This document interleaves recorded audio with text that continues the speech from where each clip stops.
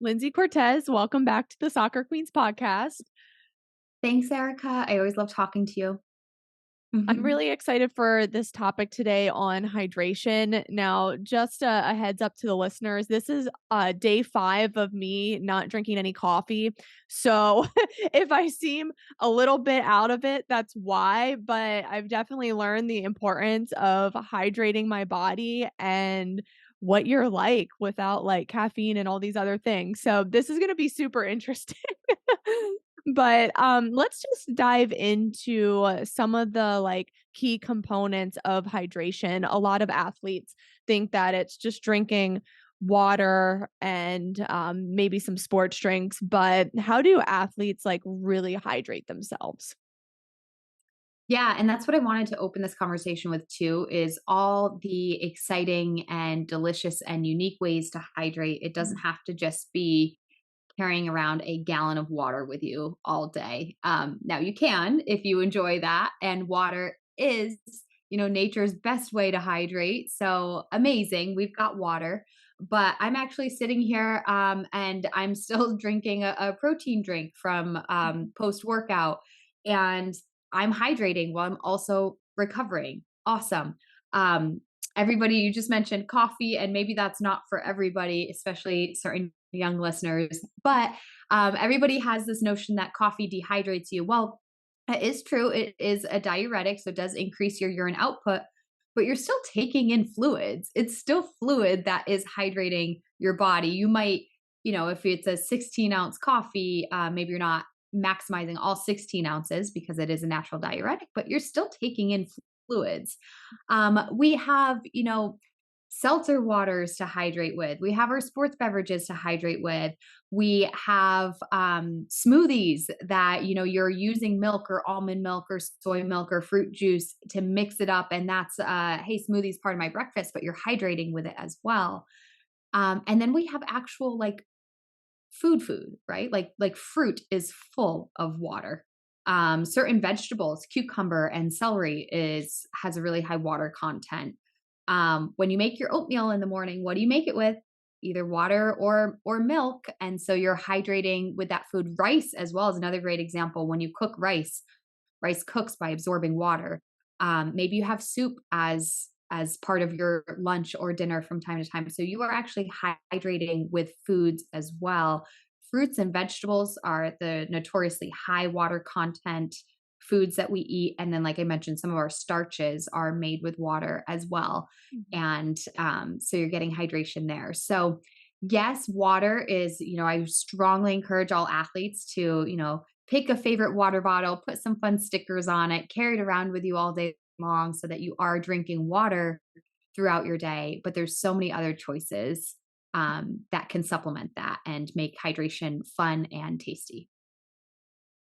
That's a lot of options on staying hydrated, and I think a lot of athletes believe that they're, like, dehydrated all the time when they might not actually be, because they are Mm. consuming, like, these fruits and rice and all these other drinks. So, how can athletes, like, really tell if they are dehydrated? Like, should they be looking, at, like, the color of their urine? Like, I mean, there's so many ways people do it just to be sure, Yeah. or, like, how they feel or their energy. Like, what are some things to pay attention to? So actually, the urine color is time tested and true, that it is a really good indicator. We have all these fancy devices. When I was a sports dietitian at working at full-time universities for athletic programs, we had these things called urine specific gravity that we could measure hydration status, or if we did a body composition test on an in-body machine, it would also measure hydration status. But it always, in clinical studies and in practical application, it lines up with the color of your pee. So, like, I didn't need to use this fancy device. I could just look at the pee color, and it would just kind of validate what the fancy device told me. So with that being said, you want something that's kind of like a light lemonade color, a very light lemonade color. If it starts looking more like a darker like apple juice color, that's a sign of dehydration. If it's the color of water, you might be overhydrated. And now your body's just peeing out excess water because you don't even need that much. So that light lemonade color, little caveat here to be aware of though is when you pee into a toilet, there's water already in there that's going to dilute the color a little bit more. So just keep that in mind a little bit. That it might look a little lighter naturally because it's mixing into regular water, as opposed to like peeing in a cup or something. I have seen some people extremely dehydrated. I hope you've never gotten to this point, but having like dark, like almost brownish looking urine, that's very, very dehydrated. And that sometimes does happen after big events or long tournaments and training or competing in the heat and humidity. So you want to be really careful if you're seeing that dark color. One other little caveat on the color of your hydration or color of your urine is if you're seeing like a highlighter color, like almost like a neon yellow or a neon orange, take a look at what supplements or medications you might be taking. Even B vitamins in a multivitamin can change your urine color to like a highlighter color. And that's going to throw you off as far as urine, using urine as a marker of your hydration status. That's going to confuse you. So in that case, it wouldn't be a good tool. But yeah, looking at your urine color actually is a good indicator. The next thing is how you feel. Like if you feel thirsty, you most likely are. Our thirst signal begins when you're about 1% dehydrated. Now, being 1% dehydrated isn't a terrible place to be. It's not going to severely affect your performance. That starts more at the 2 and 3% dehydrated is where we start to see more difficulty on our heart rate. Our breathing rate has to increase to compensate. We have difficulty cooling our body down. So endurance performance really starts to suffer first when you're 2 to 3% dehydrated. But that thirst sensation kicks in at 1% dehydration. Basically, your kidneys start to notice your blood volume is dropping and it sends a signal to your brain to tell you to drink. So if you feel thirsty, you most likely are in those beginning stages and you need to act on that.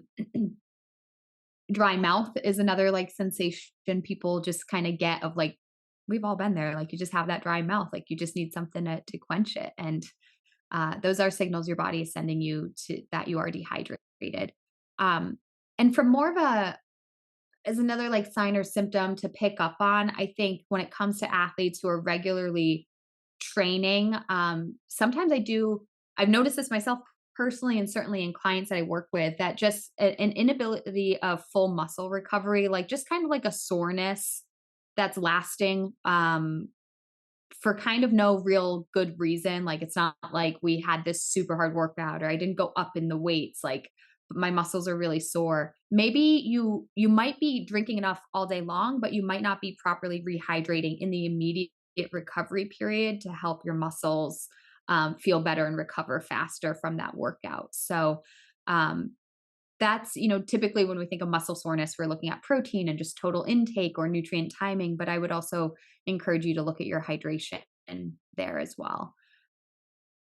So my last question is on electrolytes, and I think salt is one of those things that gets a really bad rep. Yeah. But why is it so important to get salt and then the electrolytes back into your body?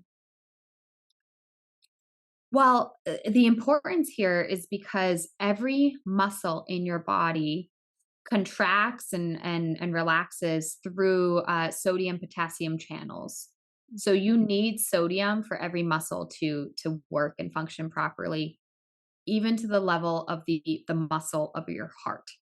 So if you have too low sodium of a diet, you're going to cramp. Your muscles are going to be sore. You might get those Charlie horses, and your actual heart can be negatively affected. And this can become very dangerous in like a severe setting. There actually is a condition that happens to athletes called hyponatremia, low sodium. And it can either happen because you're practicing on a super hot day, so you keep chugging water and you're not getting enough electrolytes in. That's usually what happens. It's somebody thinking, "Oh my gosh, it's so hot, I'm so thirsty," and you keep chugging water but you're not getting enough sodium in, where your sodium levels drop, even though your water is enough, and you can go into cardiac arrest. That's an extreme example, but it's the extreme ones that are the scariest and why we need to make sure we're getting enough sodium as an athlete. Um, because we certainly want to say, well, we want our muscles to perform great and contract and feel strong and not be sore and, avoid Charlie horses. And so that's why you want enough sodium. But there's also like that greater risk of actual heart complications, cardiac arrest or death or something like that. So making sure that as you are hydrating with water, you are including electrolytes is so, so important for all your muscles, for your performance, and for your heart. All electrolytes are important. We've got sodium, potassium, chloride. Calcium is technically an electrolyte. It works in our muscle channels as well. Magnesium. But sodium is the one that we lose in the largest quantity. I mean, massively. Like in a 2-hour practice, a soccer player might lose. It totally depends on exactly what you're doing and the environment. But let's just say you lose a liter of sweat. You might be losing 40 to 50 milligrams of magnesium, and you're losing 500 milligrams of sodium. It's that sodium or salt is the one that you're losing in massive quantities. And that's why it is very important to replenish that. And I will say, yeah, sodium sometimes gets a bad reputation, more from the non-athletic population when we're thinking general health. People who have a high sodium diet but are not losing it in their sweat because they're not active, that can increase blood pressure, and that could be dangerous for long-term health and complications there. But if you are constantly exercising and losing your sodium, then you do need to replenish your sodium to prevent heart complications of the other kind that I just mentioned, going into cardiac arrest because of hyponatremia. Um, so all of that to summarize that we just lose sodium in the greatest amount in our sweat, and that is the electrolyte to kind of focus on mostly, although other like magnesium is very important, potassium is very important as well, but the amount of sodium that you need is more because you sweat the most of it out. So I think this sums up hydration for young athletes and some things that everyone should be focusing on. Now, Lindsay has a great female athlete nutrition podcast that I will link in the description below. I will also link her social media handles and just other ways you can work with her. You're still doing remote one-on-one coaching. Yeah, we have a one-on-one program that has a little bit of a group aspect in there as well. And then I also have an online course if you just want to learn. I have a few different programs going pending your needs. So you can definitely check them out on my website or just click to apply, and I can help you navigate which one might be best for your needs as well. Wonderful. So, everyone, be sure to check those out in the notes below. And Lindsay, thank you again. And I will see everyone on next week's episode.